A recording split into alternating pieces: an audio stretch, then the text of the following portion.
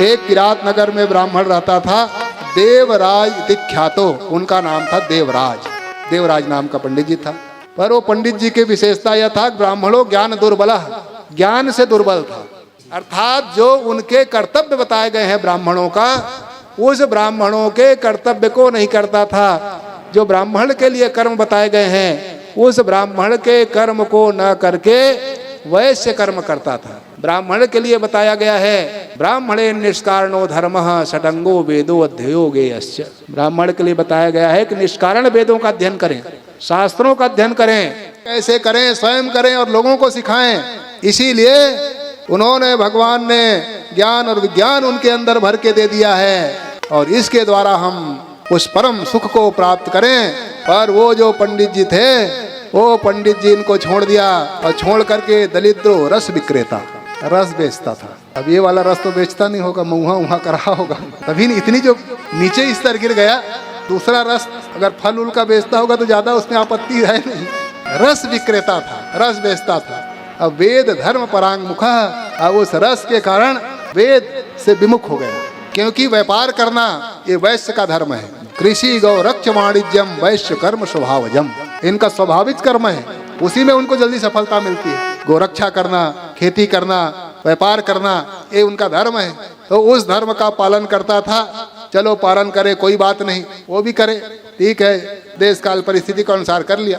पर ये क्या करता था कि इनके पास कोई खरीदने के लिए जाता था तो ये उनको अधर्मात् बहुवित्तानि पश्चात तेन वर्जितानि वही, ये व्यक्ति क्या करता था कि हत्वा नानामिषेणैव तद्धन अपाहरत, उनके धन को झूठ बोल करके छीन लेता था। अर्थात ऐसा व्यापार करता था कि लोगों को ठग देता था। और ठगना विश्वासघात है, और विश्वासघात के समान कोई दोष नहीं। विश्वासघात करता था, कोई जितना पैसा दे उसमें ऐसा गणित लगाता था कि पैसा वापस करने का काम ही नहीं, उसी में ही गट मट करके बराबर, ये उनका काम। और इसी से उन्होंने धन कमाना चालू कर दिया। अब वो धन अधर्म की कमाई हो गई, और जो अधर्म का धन होगा वो हमेशा बुद्धि बिगाड़ने का ही काम करता है। धर्म का जो धन है वो हमेशा सद्बुद्धि में लगाता है, और अधर्म का धन है हमेशा, और जो झूठ बोलने वाले हैं, धोखा देने वाले हैं बंधु, इनका कभी भी विश्वास नहीं करना चाहिए। परोक्षे कार्य हंतारम प्रत्यक्षे प्रियवादिनम वर्जेत तादृशम मित्रम विष्कुंभम पयो मुखम। शास्त्रकार कहते हैं, नीतिकारों ने ये कहा है कि जो ज्यादा मीठा मीठा बोलता है तो समझ लो उनके अंदर जहर भरा हुआ है। जो बहुत ज्यादा दंडवत करता है, ज्यादा एकदम मीठा बोले ना, वो समझो कहीं न कहीं धोखा देने वाला है। ऐसे व्यक्ति से हमेशा आपको सावधान रहना चाहिए। परोक्षे कार्य हंतारम प्रत्यक्षे प्रियवादिनम, प्रत्यक्ष में बड़ा मीठा बोलेगा, बड़ा प्रियवादी होगा, और जैसे ही पीछे पीठ करोगे आप तो छुरा भोगने के लिए हमेशा तत्पर रहेगा। ऐसे लोगों से हमेशा वर्जेत तादृशम मित्रम, हमेशा इनको वर्जा किया गया है। ये कैसे हैं कि विष्कुंभम पयो मुखम, कलश तो सोने की तरह बढ़िया सुंदर दिखाई दे रहा है, और पर उसी सोने के कलश में जैसे कोई जहर भर दे, विष रस भरा कनक घट जैसे, तुलसीदास जी लिखते हैं। जैसे कनक का घट तो है, सोने का कलश है, वो आप सोना देख रहे हो, ऊपर से वो सोना दिखाई दे रहा है, पर ऊपर से सोना दिखाई दे रहा है तो अंदर भी क्या है उसको तो पड़ताल कर लो, क्योंकि उस घट से आपका मतलब नहीं है, आपका मतलब उसमें भरा हुआ वस्तु से है, द्रव्य से है, उसमें है कि नहीं है। अगर उसमें सही चीज भरा हुआ है तो आपके काम का है, और घट बड़ा सुंदर है और उसमें जहर भरा हुआ है, आप पी लोगे तो मर जाओगे। भले मिट्टी का घड़ा हो, परंतु अगर उसमें अमृत जैसे जल भरा हुआ है तभी आपकी प्यास को बुझाने में वो समर्थ होगा। तो घड़े से मतलब नहीं है, घड़े में भरे हुए द्रव्य से मतलब है। अगर द्रव्य अच्छा है तो आपका जीवन सुधार देगा, और अगर भरा हुआ उसमें खराब तत्व तो है तो आपका जीवन नरकमय बना देगा। इसलिए हमेशा ऐसे लोगों से सावधान रहना चाहिए। ये लोग मीठा मीठा जब बोलता था तो विश्वास करके चले जाते थे, उनको लगता था हाँ यही सब कुछ है, जो कहता था सो तैयार हो जाता था। और जैसे उनके पास खराब धन आया तो बंधु, जो खराब धन है वो हमेशा धोखा देने वाला होता है, वो बुद्धि हमेशा बिगाड़ता है।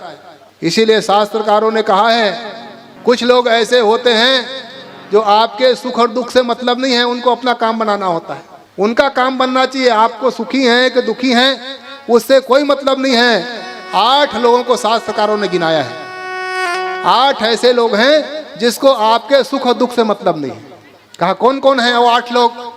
तो नीतिकार कहते हैं कि राजा, वेश्या, यमो, अग्नि, तस्करो, बाल याचकौ, पर दुखम न जानान्ति, अष्टको ग्राम कंटकः।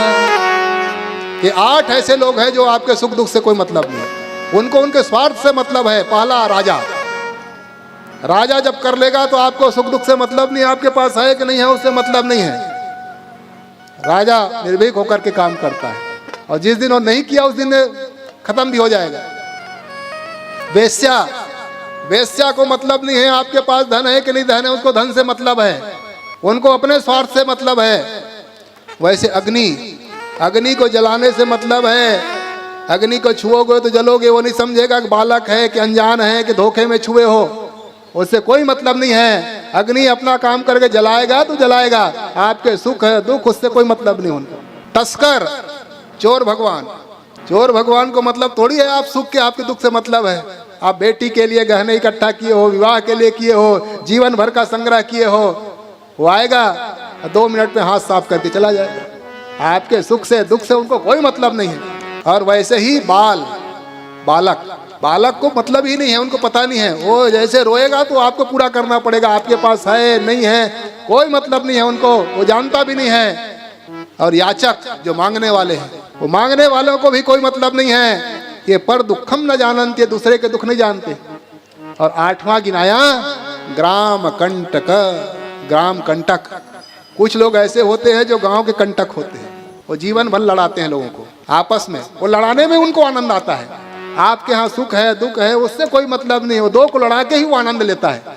एक से एक ग्राम कंटक। एक गांव में एक व्यक्ति था जी चौहान जी, एक व्यक्ति था, वो जीवन भर लड़ाता था लोगों को जी। 2 लोगों को आपस में ऐसा गुत्थिम गुत्थी करता था आपस में लड़ जाए लोग, अब वो मौज लेता था, आपस में लड़ाने का काम था। अब वो वृद्धावस्था आ गई, उनके बेटे भी उनके कारण परेशान होकर के बाहर चले गए, वो भी उसके पास रहता नहीं।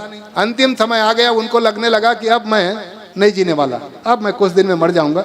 तो सब गांव वालों को इकट्ठा किया और सारे गांव को इकट्ठा किया, इकट्ठा करके हाथ जोड़ा, हाथ जोड़ कर कहा भाई मैं पूरे गांव को जीवन भर दुख दिया हूँ, अब अंतिम समय है। गांव वालों ने कहा भाई ठीक है, क्या चाहते हो अंतिम में बता दो। कहा मेरी अंतिम इच्छा ये है कि जब मैं मर जाऊं तो 2-2 जूते मारना मुझको, इसी से मेरा प्रायश्चित होगा, 2 जूता मारना। गाँव वालों ने कहा भाई अब तुम मरे हुए हो, ऐसे ही मरे को क्या मारना, ये तो पिष्ट पेशन दोष है, पीसे को क्या पीसना। अरे जो पीस गया उसको थोड़े पीसोगे, मर गया उसको क्या मारोगे। अरे जीते जी मारे तो कम से कम तुमको बोध होगा, अपराध बोध होगा, तुम मर गए हो मार के और अपराधी हम बनेंगे। उन्होंने कहा ना ना ना, अंतिम इच्छा है, अंतिम इच्छा, एक इच्छा पूरा कर दो, 2-2 जूते मुझको मारना। गांव वालों ने कहा चलो भाई जब अंतिम इच्छा है, कही रहा है, कम से कम अंतिम में जब जागा तभी सवेरा, अंतिम में होश आया, कम से कम हो सकता है पाप की निवृत्ति इनके हो जाए। तो उन्होंने कहा ठीक है, उन्होंने कहा कि ठीक है मारना क्या, जूता रख देंगे, जब चला जाएगा तो 2-2 छुआ देंगे, जैसे 5 लकड़ियां डालते, पूरा लकड़ी तो नहीं डालते हैं, अंतिम में लोग तो कहते 5 ही लकड़ी, थोड़ा कंडा ही थोड़ा बहुत डाल दे, इसी से निवृत्ति हो जाएगी। उन्होंने कहा ठीक है अंतिम में स्पर्श करा देंगे। सब गांव वाले फैसला कर लिया। और ये क्या किया, अपने पुत्रों को खबर कर दिया कि बेटा अब अंतिम समय आके देख लो, कुछ है हिस्सा बांटा ले लो, खबर भेज दिया। और कागज में, एक कागज में जेब में लिख लिया, कुछ कागज पत्र नोटबुक एक लिख करके जेब में रख लिया। अब मर गए, जैसे मरा तो उनके प्रतिज्ञा के अनुसार गांव वाले आए, मारा तो नहीं, जूता रख दिए थे और स्पर्श कराते गए। तब गांव वाले कहा अंतिम इच्छा भाई कर दो। और जैसे जूता छुआ रहे थे उतने में उनके लड़के आ गए। लड़कों ने देखा इसको मार क्यों रहे, बात क्या है, तो आओ देखा न ताओ। उन्होंने सोचा पहले जो होगा सो होगा, पहले पिताजी कुछ रखे हुए थोड़े हैं, पहले देख दुखा ले, जो होगा कर ले बंटवारा। जैसे जेब को खोले तो उसमें एक कागज लिखा था, और कागज में लिखा था पूरे गांव वाले जूते जूते मार के मुझको मार डाला, पूरा गांव वाले इतना जूता मारे कि मैं मर गया। अब उन्होंने पुलिस को रिपोर्ट किया, पूरा गांव, सत्य कथा में आई थी घटना, एक सत्य कथा चलती थी, तो पूरे गांव वाले अंदर हो गए। तो कुछ ऐसे कंटक होते हैं जीते जी तो दुख देते ही हैं, मरने के बाद भी नहीं छोड़ते हैं। मरने के बाद कितने ऐसे लोग बंटवारे लोग होते हैं, ऐसा घर का बंटवारा, खेत का बंटवारा किए हैं कि जीवन भर लड़ रहे हो लोग। ऐसा ढेरा खा बांटे हैं कि आधा एक भाई का, एक कोना एक भाई का, वो कोना वो भाई का। वो जीवन भर में वो बंटवारा आज तक के नहीं हो पाया हो। अरे बंटवारा लेगा, एक हिस्सा उधर का उधर का है, उसका उधर है, बांट बांट के खत्म कर दो। ऐसा बंटवारा किए हैं लोग को जीवन भर लड़ रहे हैं बंटवारे के लिए, वो फैसला ही नहीं हो पा रहा है। तो कुछ लोग ऐसे स्वभाव वाले होते हैं, जीवन भर तो लड़ाते ही हैं, मरने के बाद भी ऐसा बीज बो जाते हैं कि लोग उसमें गढ़ते रहते हैं। इन्हीं की गणना शास्त्रकारों ने किया है, अष्टको ग्राम कंटक। ये जो ग्राम कंटक है, आपके सुख दुख से मतलब नहीं है, वो तो उसी में लड़ाने में ही उसको आनंद आता है। तो ऐसे लोगों से हमेशा सावधान आपको रहना चाहिए। ऐसे लोगों से सावधान रहोगे तभी आपकी जीवन की नैया ठीक से चलेगी। दुर्जनः प्रियवादी च नहीं तद विश्वास कारणम। शास्त्रकार कहते हैं कि ऐसे दुर्जन अगर प्रियवादी भी हो तभी कभी भी इनका विश्वास आपको नहीं करना चाहिए, क्योंकि ऐसे लोग मधु तिष्ठन्ति जिह्वाग्रे हृदय हालाहलम विषम। जीभ में तो मधु चिपका है, पर हृदय में हलाहल विष भरा रहता है। ऐसे विष वालों से सदा सदा सावधान रहना चाहिए जी। तो ये जो था वो देवराज, ये देवराज ऐसे ही जीभ में तो मीठा मीठा था जी। ऐसा बोलता था, लगता था यही सब कुछ है जी। पर विश्वासघात करता था। धन तो कमा लिया, परंतु वो धन उनकी बुद्धि खराब कर दी। उनको एक वेश्या से प्रेम हो गया। वेश्या शोभावतीम नाम दृष्टा तत्रात विभला।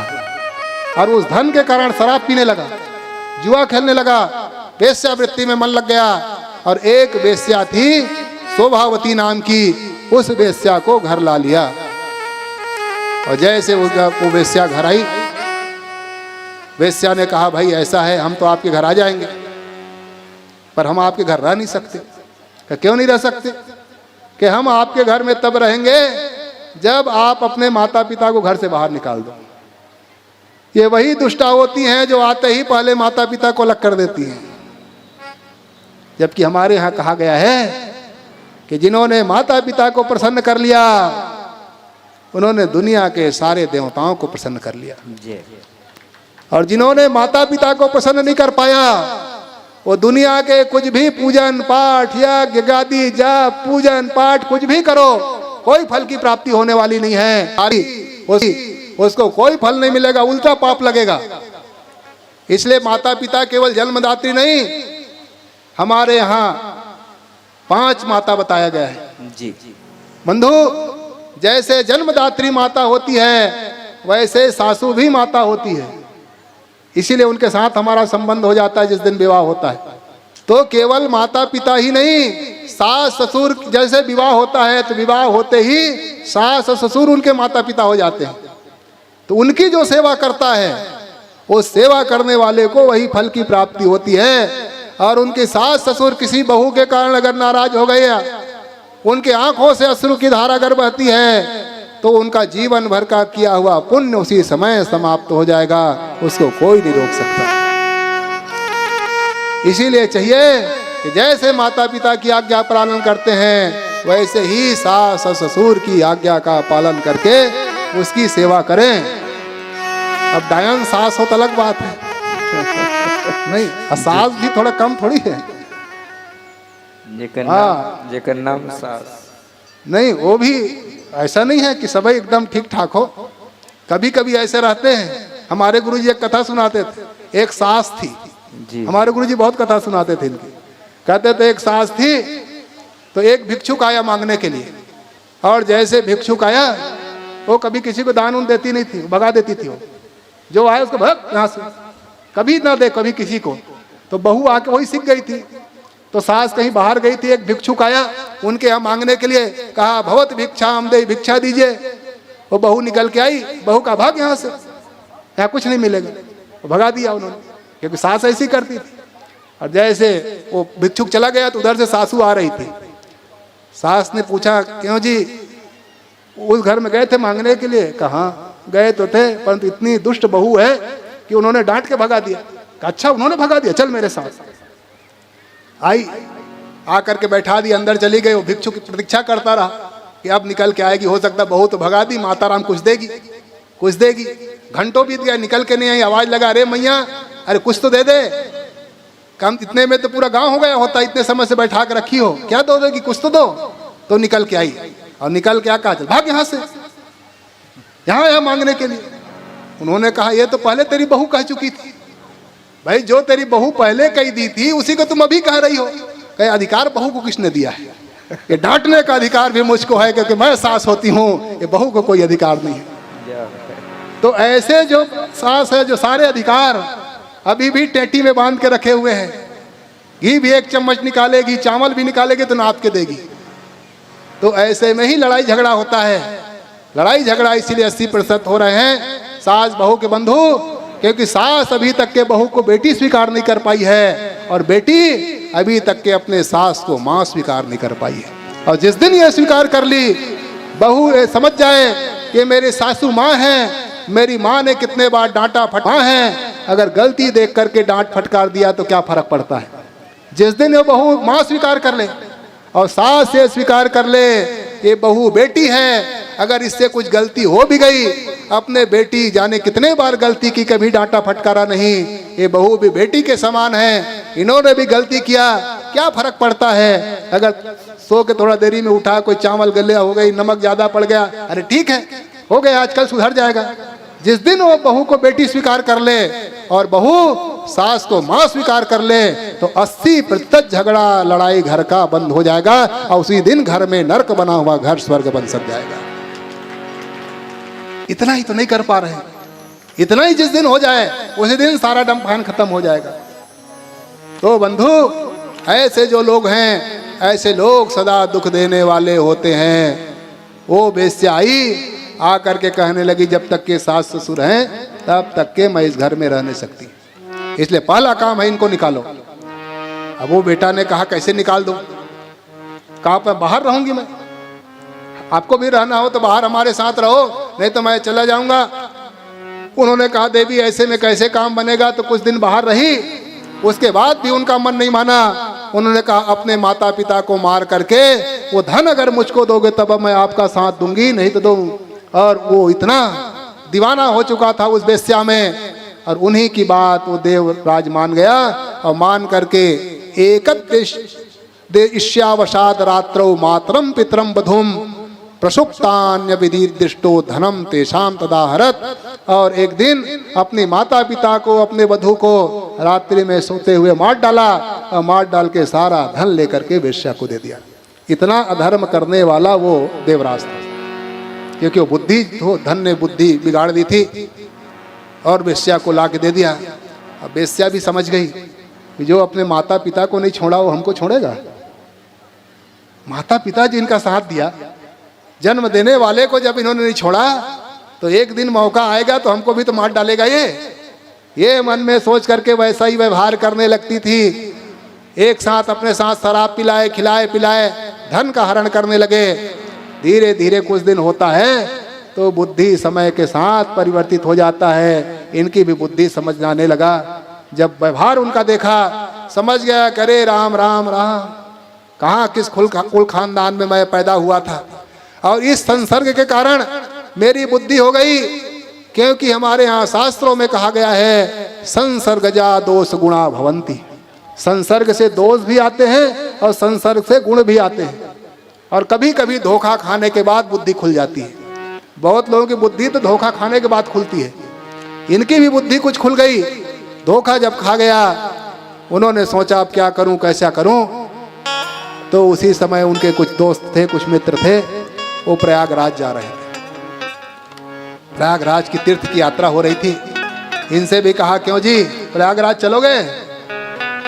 तो बुद्धि तो कुछ शुद्ध हो गई थी, धोखा खाया हुआ था, कुछ समझ में आ रहा था। तो वो जो दुष्ट देवराज था उन्हीं लोगों के साथ मिल करके घूमता घामता देव योग से प्रयागराज पहुंच गया। और प्रयागराज में जहां इस समय प्रतिष्ठानम उपागतः, प्रतिष्ठानपुर है, प्रतिष्ठानपुर कहते हैं झूसी को। झूसी जो है इधर से जाओगे तो पहले नहीं पड़ता है, और काशी की तरफ निकलोगे तो झूसी पहले पड़ता है, उधर से आओगे तो झूसी। तो वो जो झूसी क्षेत्र है जिसको प्रतिष्ठानपुर कहते हैं, वहाँ एक शिव जी का दिव्य मंदिर था। उसी मंदिर के पास जैसे पहुंचा तो कई दिन से चले होने के कारण इनको बुखार पकड़ गया, शरीर रोगी हो गया, और शरीर रोगी होने के कारण चलने फिरने में असमर्थ। साथी तो धीरे धीरे छोड़ के चले गए, ये अकेला पड़ गया। अब अकेला पड़ करके सोचने लगा, अब कहाँ जाऊँ, क्या करूँ, कैसे करूँ, कहाँ जाना चाहिए। मांगने पर भीख भी, जब परिस्थितियाँ जब बदलती है तो मांगे मिले न भीख, जी मांगने पे भिक्षा भी नहीं मिलता है। और जब भगवान जब प्रसन्न हो जाते हैं तो बिन मांगे मोती मिले, बिना मांगे मोती अपने आप मिलने लगते हैं। तो समझ लेना चाहिए भगवान की कृपा आपके ऊपर हो गई, अपने आप सब कुछ प्राप्त हो जाएगा। आप जंगल में चले जाओ, आपको मंगल हो जाएगा। आप कहीं भी देश दुनिया में निकल जाओ, आपको संगी साथी मिल जाएंगे, आपको व्यवस्थापक मिल जाएंगे, आपकी भोजन पानी की व्यवस्था हो जाएगी। और कभी कभी ऐसी स्थिति आती है, सब कुछ रहते हुए भी भूखा मरना पड़ जाता है। सब कुछ है आपके पास, उसके बाद भी कभी कभी ऐसी स्थिति आती है कि भूखा मर जाता है। और जब भगवान जब अनुकूल होते हैं तो कुछ नहीं है, उसके बाद भी आपके पास मिष्ठान के थाल भोग प्रसाद आ जाएंगे। समझो भगवत कृपा है। इसीलिए साधु संतों के ऊपर भगवत कृपा होती है। वो सब कुछ छोड़ देता है, खाता पीता भी नहीं है, कपड़े भी छोड़ देता है, घर द्वार छोड़ देता है। घर द्वार छोड़ने के बाद भी लोग कहते हैं कि अच्छे अच्छे घर में हमारे घर आइए, 1 मिनट के लिए आ जाइए, हमारे घर रुक जाइए। धन छोड़ता है तो जो आता है वही धन चढ़ा के जाता है, जो आता है वही चढ़ाता है। कपड़ा छोड़ देता है तो कपड़े के ढेर उनके यहाँ लगी रहती है। गाड़ी छोड़ देता है तो लोग गाड़ी में बैठाते हैं अपने, हमारे घर थोड़ा 2 मिनट, इतना। बंधु, तो समझ लेना चाहिए भगवान की अनुकूलता है। उनके पास सामर्थ्य नहीं है, क्योंकि अपना सब कुछ भगवान को समर्पित कर दिया। और जब भगवान को समर्पित कर दिया तो भगवान की जिम्मेदारी हो जाती है। और भगवान कहते हैं मैं उनकी रक्षा वैसे करता हूँ जैसे राखई महतारी, जैसे छोटे बच्चे की रक्षा उनकी माँ किया करती है। कब भोजन देना है, कब आवास, कब कपड़े, कब ठंड से रक्षा करना है, जैसे छोटे शिशु की रक्षा उनकी माँ करती है, वैसे ही जो भगवान को अपने आप को समर्पित कर देता है फिर वो जिम्मेदारी परमात्मा की हो जाती है। और भगवान उनकी रक्षा सदा वैसा ही किया करता है जैसे माँ किया करती है। इसलिए भगवान को त्वमेव माता च पिता त्वमेव, माता रामो मत पिता रामचंद्र कह के, माता पिता कह के उनको पुकारा जाता है, क्योंकि वो सारी रक्षा उनकी होती है।